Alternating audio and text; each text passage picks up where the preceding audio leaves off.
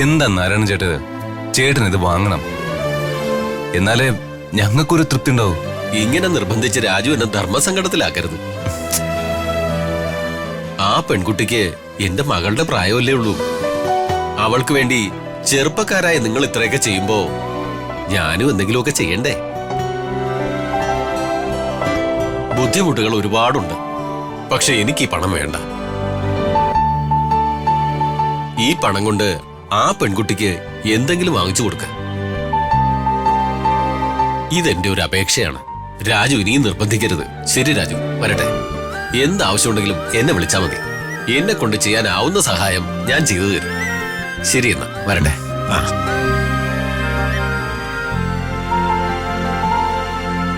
കണ്ടു രതിക മേഡം, വീട്ടിൽ ഒരുപാട് ബുദ്ധിമുട്ടുകളുണ്ട്. കൃത്യമായി കാശ് തന്നാലേ ഞാൻ വരുവോളെന്നൊക്കെ എന്നോട് പറഞ്ഞ ആളാ. നന്മയുള്ള മനുഷ്യര് അങ്ങനെയാ രാജു. ദീപക്കിവിടെ ഇല്ല, അവൻ പുറത്തെങ്ങോട്ടോ പോയതാ. അതിനെന്താ, അത് ഞാൻ അറേഞ്ച് ചെയ്തുതരാം. ചേച്ചി, ഇതാ ജ്യൂസ്.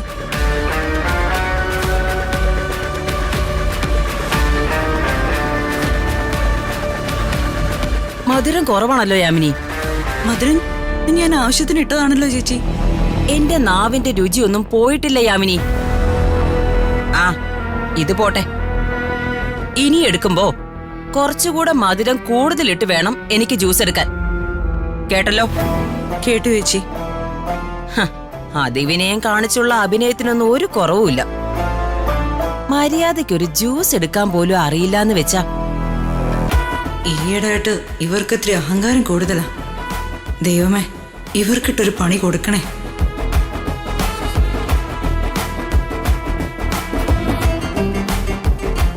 ആ, പ്രതാപം വന്നല്ലോ.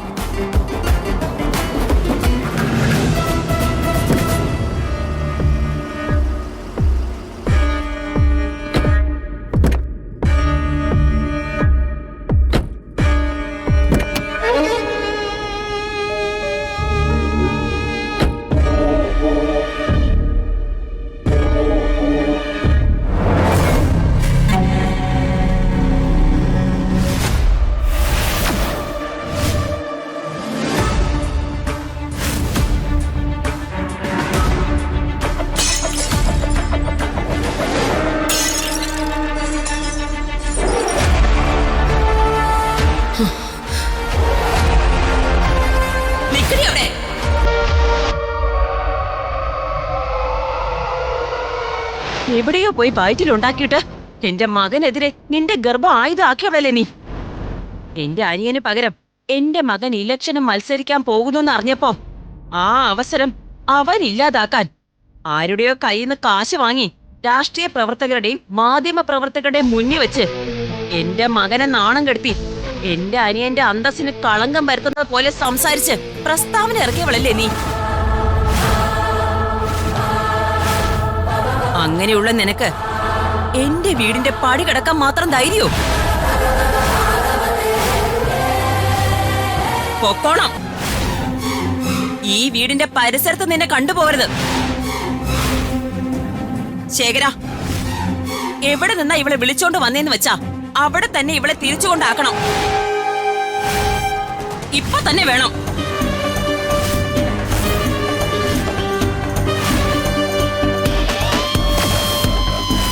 ചേച്ചി, അത്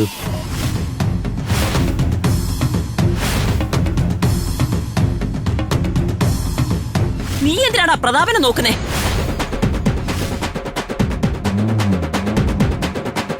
നിന്നോട് പറഞ്ഞതേ അംബികയാ.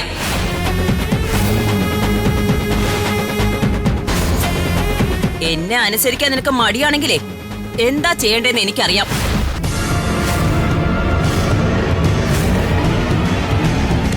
ഇങ്ങോട്ട് ചേച്ചി, ഈ കുട്ടിയുടെ വയറ്റിലൊരു ജീവനുണ്ട്. അതിന് ഇവള് ഗർഭിണിയാണെന്ന് വെച്ച് ഞാൻ ഇവളെ പൂവിട്ട് പൂജിക്കണോ? ആടി ഇങ്ങോട്ട്. ചേച്ചി,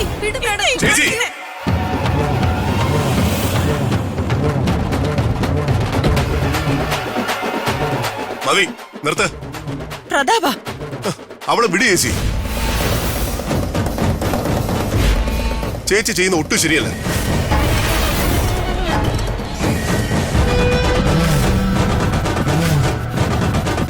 പ്രതാപ ഇവള്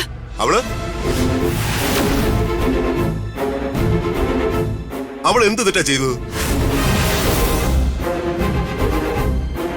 അവളുടെ വയറ്റിൽ വളർന്ന കുഞ്ഞിന്റെ അച്ഛൻ ദീപകാണെന്ന് പറഞ്ഞതാ. അത് തെറ്റാണോ?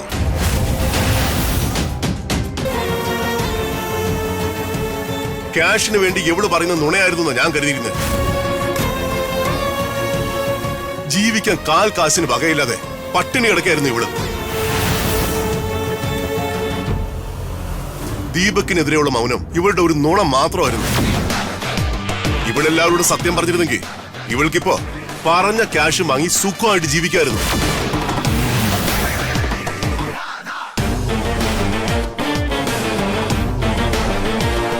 അപ്പോ ഇവള് പറഞ്ഞതുപോലെ ഇവൾക്ക് ഗർഭം ഉണ്ടാക്കിയത് ദീപകാണെന്ന് നീയും വിശ്വസിക്കുന്നു? വിശ്വസിക്കാതിരിക്കാൻ തരമില്ലല്ലോ ചേച്ചി. പ്രതാപ, ചേച്ചിക്ക് എന്നോടൊന്നും തോന്നരുത്. ദിവ്യ മുമ്പ് പറഞ്ഞതുപോലെ ദീപകിന്റെ DNA-യും ദിവ്യ പ്രസവിക്കാൻ പോകുന്ന കുഞ്ഞിന്റെ DNA-യും ഞാൻ പരിശോധനയ്ക്ക് അയക്കാൻ തീരുമാനിച്ചിരിക്കുക. ദിവ്യയുടെ പ്രസവശേഷം നിയമവശം നോക്കി അതിനുള്ള എല്ലാ പേപ്പേഴ്സും ഞാൻ നീക്കും. DNA ടെസ്റ്റും നടത്തും. റിപ്പോർട്ടിൽ എന്താണെന്ന് അറിഞ്ഞതിനു ശേഷം ഉചിതമായ ഒരു തീരുമാനം ഞാൻ എടുക്കുകയും ചെയ്യും. ആർക്കെങ്കിലും എതിർപ്പുണ്ടെങ്കിൽ എനിക്ക് ബോധ്യപ്പെടുന്ന രീതിയിലുള്ള കാരണസഹിതം എന്നോട് ഇപ്പൊ പറയണം. എനിക്ക് ബോധ്യപ്പെടുന്ന കാരണസഹിതം.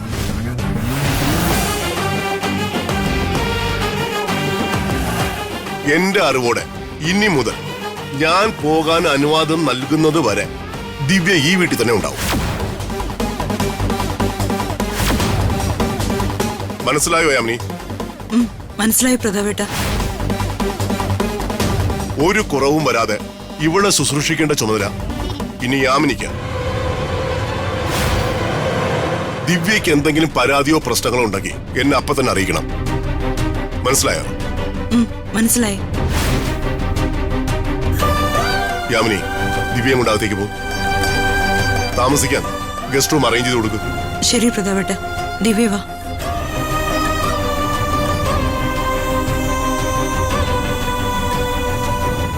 ചേച്ചിക്ക് വിഷമായെന്ന് എനിക്കറിയാം. I am sorry. തെറ്റ് ചെയ്തവരാരായാലും ശിക്ഷ അനുഭവിച്ചേ മതിയാവും. എന്റെ മകനെ എനിക്ക് വിശ്വാസമുണ്ട് പ്രതാപ.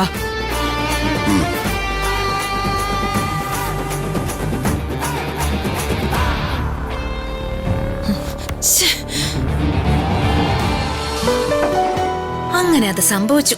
താങ്ക്സ് രാജു.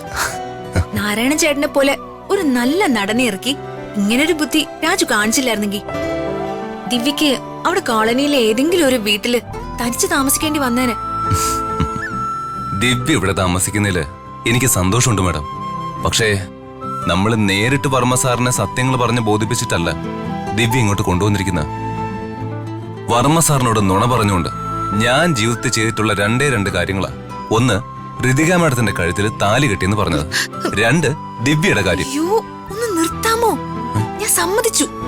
രാജു സത്യസന്ധനായ ഹരിചന്ദ്രനേക്കാൾ വലിയ ആളാ. ഇവിടെ നിന്ന് ദയവ് ഇതിങ്ങനെ ഒന്ന് സംസാരിക്കരുത്. ആരെങ്കിലും കേൾക്കും. ദിവ്യ, നീ ഇങ്ങനെ ഇറങ്ങി നടക്കുവാണോ? ഇതെന്താ കയ്യിലൊരു പ്ലേറ്റ്? അത് ഋതിക മാഡം, ഞാൻ ഭക്ഷണം കഴിച്ച പാത്രമാ. അത് കൊള്ളാലോ. വീട്ടുജോലി ചെയ്യിക്കാനാണോ നിന്നെ ഇത്രയും കഷ്ടപ്പെട്ട് ഞങ്ങൾ രണ്ടാളും കൂടി ഇവിടെ എത്തിച്ചത്? ക്ഷമിക്കണം, എന്റെ കാര്യങ്ങളൊക്കെ എനിക്ക് തനിയെ ചെയ്ത ശീലം. അതുകൊണ്ടാ. ഇനി ആ ശീലമൊന്നും വേണ്ട. ദിവ്യയുടെ എല്ലാ കാര്യങ്ങളും നോക്കാൻ ഒരു സെർവന്റിനെ പ്രത്യേകം ജോലിക്ക് എടുത്തിട്ടുണ്ട്. മനസ്സിലായല്ലോ? അത്യാവശ്യം എന്തെങ്കിലും വ്യായാമം ചെയ്യാനോ നടക്കാനോ അല്ലാതെ റൂമിന് പുറത്ത് കണ്ടുപോരുത്. എന്താ നിങ്ങൾ രണ്ടാളോടും പറയേണ്ടതെന്ന് എനിക്ക് അറിയില്ല. എനിക്ക് കൂടെ പറപ്പുകൾ ആരും ഇല്ലാഞ്ഞിട്ടാണെന്ന് തോന്നുന്നു. അങ്ങനൊരു സഹോദര സ്നേഹം എനിക്ക് ആരോടും തോന്നിയിട്ടില്ല. പക്ഷേ ഇപ്പൊ എന്റെ മനസ്സിനെ ഞാൻ എത്ര പറഞ്ഞ് മനസ്സിലാക്കാൻ ശ്രമിച്ചിട്ടും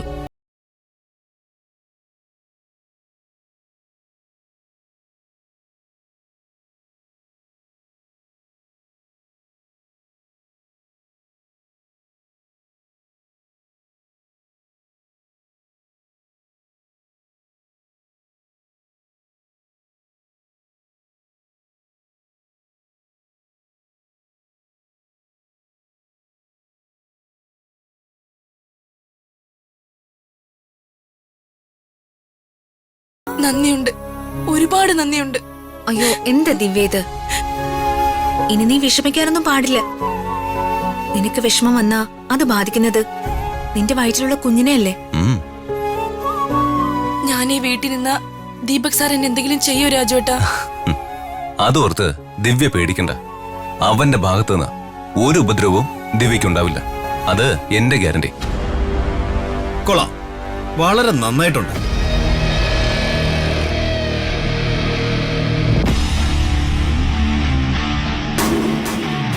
അപ്പോ ഇവളെയും കുഞ്ഞിനെ എന്റെ തലയിൽ കെട്ടിവെക്കാനായി കച്ചകെട്ടി ഇറങ്ങിയിരിക്കാണല്ലേ ഋതിക വർമ്മയും ഡമ്മി ഭർത്താവും. എടാ രാജു, നീ നല്ലവനാ, സത്യസന്ധനും മനസ്സലിവുള്ളവനും. പക്ഷേ ഈ ലോകം അങ്ങനെയുള്ളവർക്കല്ലടാ രാജു. കൊട്ടാരത്തിൽ ജനിച്ചവന് കൊട്ടാരം, തെരുവിൽ ജനിച്ച നിനക്ക് ജീവിതകാലം മുഴുവൻ തെരുവ്. തെരുവിൽ നിന്നെത്തി കൊട്ടാരത്തിൽ വെച്ച് കുരുത്ത ഇവളുടെ കുഞ്ഞും തെരുവിലേക്ക് തന്നെ തിരിച്ചു പോകും. അതാണ് ഇവിടുത്തെ നിയമം. ആ നിയമത്തിന് ഭീഷണിയാകുന്നവർക്ക് ഈ കൊട്ടാരം എന്നേക്കുമായി മറക്കേണ്ടി വരും. നീ വെറും ബുദ്ധിശൂന്യാണ് ദിവ്യ. ഇവരുടെ വാക്കേട്ട് നീ ഇങ്ങോട്ട് വരണ്ടായിരുന്നു. എപ്പോഴും നിനക്ക് ചുറ്റും ഇവരുണ്ടാവണമെന്നില്ല. So be careful. ദീപകേ, ഇങ്ങനെയൊക്കെ ഭീഷണിപ്പെടുത്തിയാൽ എങ്ങനെയാ? ദിവ്യക്ക് എന്തെങ്കിലും സംഭവിച്ച നീ ആയിരിക്കും ഉത്തരവാദിയെന്ന് ദിവ്യ എഴുതി ഒപ്പിട്ട് കൊടുത്തൊരു പരാതി ഇപ്പോഴും പോലീസ് സ്റ്റേഷനിലുണ്ട് കേട്ടോ. പിന്നെ ദിവ്യ ഇപ്പൊ ഇവിടെ ഉള്ളത് വർമ്മ സാറിന്റെ സംരക്ഷണത്തിലാണ്. ദിവ്യക്കെതിരെ നിന്റെ രോമം അനങ്ങിയ അത് വർമ്മ സാർ അറിയും.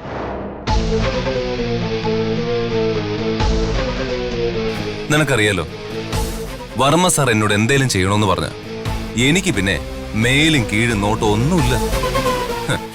നിന്റെ ഈ 5 അടി 7 ഇഞ്ച് ശരീരത്തിൽ ഞാൻ കേറി അങ്ങ് മേയും. വെറുതെ എന്തിനാ അംബിക മേഡത്തെ ഇങ്ങനെ വിഷമിപ്പിക്കുന്നത്? നീ നോക്കിക്കോടാ, ഇവളെ വീട്ടിൽ നിന്ന് അമ്മാവനെ കൊണ്ട് തന്നെ ഇറക്കി വിടിച്ചില്ലെങ്കിൽ എന്റെ പേര് ദീപക് എന്നല്ല.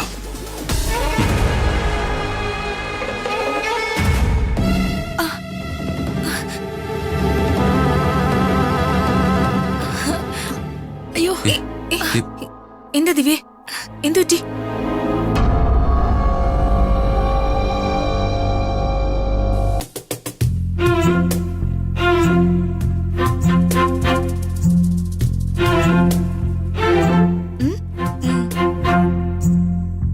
എന്താ ഋതിക മേഡം?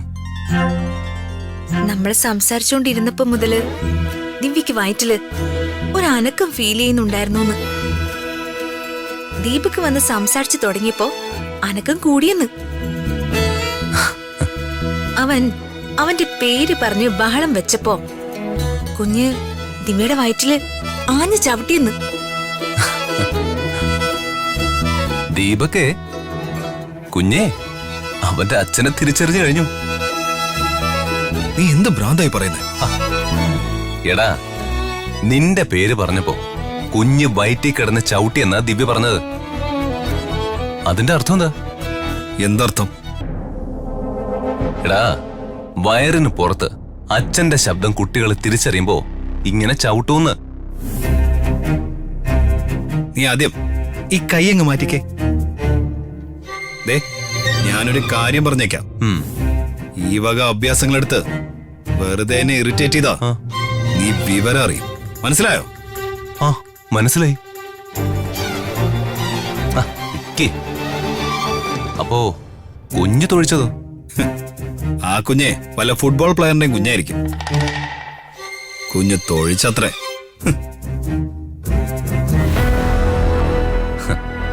ദിവ്യ അവന്റെ ദേഷ്യം ഒന്നും കാര്യാക്കണ്ട.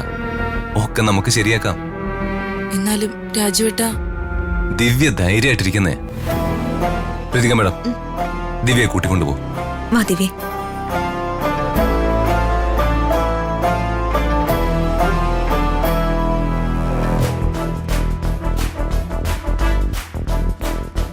എന്തൊക്കെ അഭ്യാസം അവൻ കാണിച്ചാലും കുഞ്ഞ് അവന്റെ ആണെന്ന് ഞാൻ തെളിയിക്കും.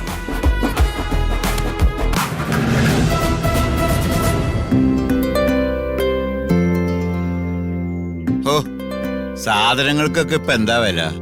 വേണുവേട്ടാ, കാലം കടന്നു പോകും തോറും ഓരോരോ മാറ്റങ്ങൾ ഉണ്ടായിക്കൊണ്ടേയിരിക്കും.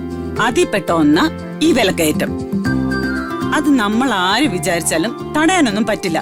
മനസ്സിലായോ? ഓ വാ, മനസ്സിലായി. പക്ഷെ എന്നാലും കാശ് നമ്മുടെ ലേടി പോണത്. പണ്ടൊക്കെ 10 രൂപയ്ക്ക് കിട്ടുന്ന സാധനങ്ങള് ഇപ്പൊ വാങ്ങണമെങ്കിൽ 1000 രൂപ വേണം. അതായത് 990 രൂപ കൂടി. എന്റെ മനുഷ്യ, അന്നത്തെ 10 രൂപയുടെ മൂല്യം തന്നെയാ ഇപ്പോഴത്തെ 1000 രൂപയ്ക്കുള്ളത്. ഒന്നാലോചിച്ച ഞാൻ പറഞ്ഞ ശരിയാണെന്ന് നിങ്ങൾക്ക് മനസ്സിലാവും. എന്താ? അന്ന് ജോലി ചെയ്താ കിട്ടുന്ന ശമ്പളം അല്ലല്ലോ ഇന്ന് കിട്ടുന്നത്. ഉം. അന്ന് 100 രൂപ മാസ ശമ്പളം കിട്ടുന്നിടത്ത് ഇന്ന് 20,000, 25,000 ഒക്കെയല്ലേ കിട്ടുന്നത്. ആ, അത് ശരിയാ. എന്നാലേ വില കയറാത്ത ഒരേ ഒരു സാധനമേ ഉള്ളൂ. എന്താ അത്? ബബ്ലിക്കം. ബബ്ലിക അല്ല, ആ. ബബിൾഗം. ഓ ആയിക്കോട്ടെ, ബബിൾ ഗോങ്ങി.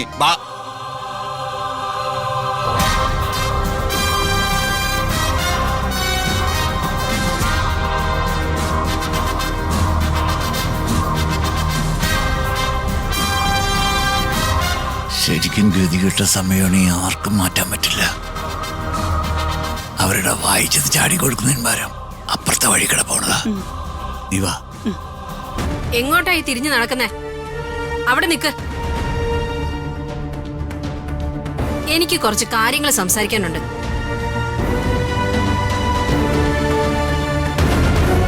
എന്നെ കാണുമ്പോ നിങ്ങൾക്ക് മുങ്ങാൻ തോന്നും. സ്വാഭാവികം.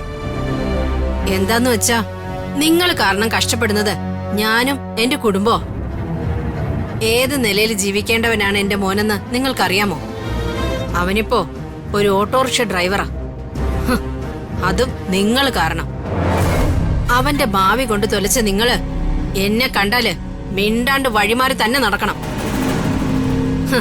അത് അങ്ങനെ തന്നെയാ വേണ്ടേ. അത്രയ്ക്ക് ദ്രോഹ നിങ്ങൾ അവനോട് കാണിച്ചത്. അതവിടെ നിക്കട്ടെ. നിങ്ങളുടെ കൊച്ചുമോള് ആശുപത്രിയിൽ ചാകാൻ കിടന്നപ്പോ 10 ലക്ഷം രൂപ എണ്ണി തന്നത് ഞാനാ.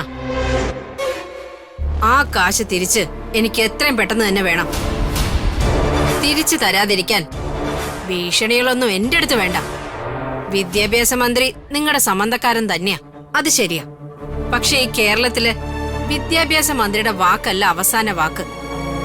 അതിന്റെ മുകളിൽ മന്ത്രിമാരുണ്ട്. വർമ്മയുടെ പേരും പറഞ്ഞ് എന്നെ ഭീഷണിപ്പെടുത്തി എനിക്ക് തരാനുള്ള കാശ് തരാതിരിക്കാൻ ശ്രമിച്ച എനിക്ക് ചെയ്യാൻ പറ്റുന്ന കാര്യങ്ങളെല്ലാം ഞാൻ ചെയ്യും. എത്ര ഉയരത്തിൽ സ്വാധീനം ചെലുത്താനും ഞാൻ മടിക്കില്ല. വിദ്യാഭ്യാസ മന്ത്രിയെക്കാളും വലുതാണല്ലോ CM. ഞാൻ അദ്ദേഹത്തിനെ കണ്ട് ഈ ഭീഷണിയെ കുറിച്ച് സംസാരിക്കും. അതെനിക്ക് കിട്ടാനുള്ള ക്യാഷ് കിട്ടാൻ വേണ്ടി മാത്രമല്ല, നിങ്ങളുടെയൊക്കെ സ്വൈര ജീവിതം നശിപ്പിക്കാൻ, ഇല്ലാതാക്കി തീർക്കാൻ. അതിനും കൂടി വേണ്ടി ഞാനത് ചെയ്യും. അതുകൊണ്ട് അതിനൊന്നും നിൽക്കാതെ തരാനുള്ള ക്യാഷ് തന്നാ നിങ്ങൾക്ക് നല്ലത്. കേട്ടോടോ മരവാഴ.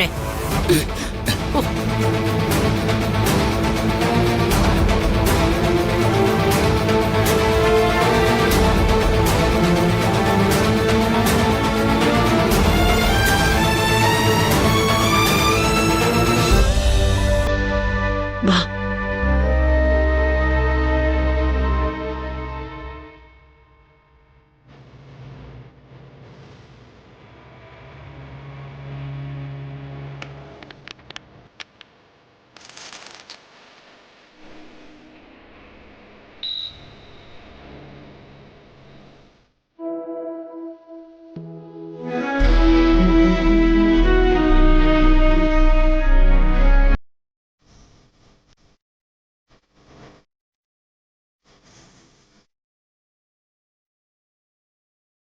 രക്തത്തിന്റെ കുറവുണ്ട്. അതിനുള്ള ടോണിക്ക് ഞാൻ എഴുതി തരാം. ആദ്യത്തെ മാസങ്ങളിൽ പോഷകാഹാരത്തിന്റെ കുറവുണ്ടായിരുന്നതുകൊണ്ട് കുഞ്ഞിന്റെ വെയിറ്റിനെ അത് ബാധിച്ചിട്ടുണ്ടെന്നാ തോന്നുന്നത്. നാളെ കുട്ടിയും കൂട്ടി എന്തായാലും ഹോസ്പിറ്റലിലേക്കൊന്ന് വരണം. നമുക്ക് വിശദമായൊരു ചെക്കപ്പ് നടത്താം. ശരി ഡോക്ടർ. ദിവ്യ, സമയത്തിന് ആഹാരം കഴിക്കണം കേട്ടോ. നന്നായി വെള്ളവും കുടിക്കണം. കഴിക്കേണ്ട ഭക്ഷണത്തിനുള്ള ഡയറ്റ് ഞാൻ എഴുതി തരാം. അത് ഫോളോ ചെയ്താൽ മതി. എല്ലാം മൂളി കേട്ടാൽ മാത്രം പോരാ, പറയുന്നത് പോലെ അനുസരിക്കണം കേട്ടോ. അത് ഞാൻ നോക്കിക്കൊള്ളാം ഡോക്ടർ. അതെ, എല്ലാം യാമിന് നോക്കിക്കോളും. ഡോക്ടർ വരേണ്ടിയിരുന്നില്ല.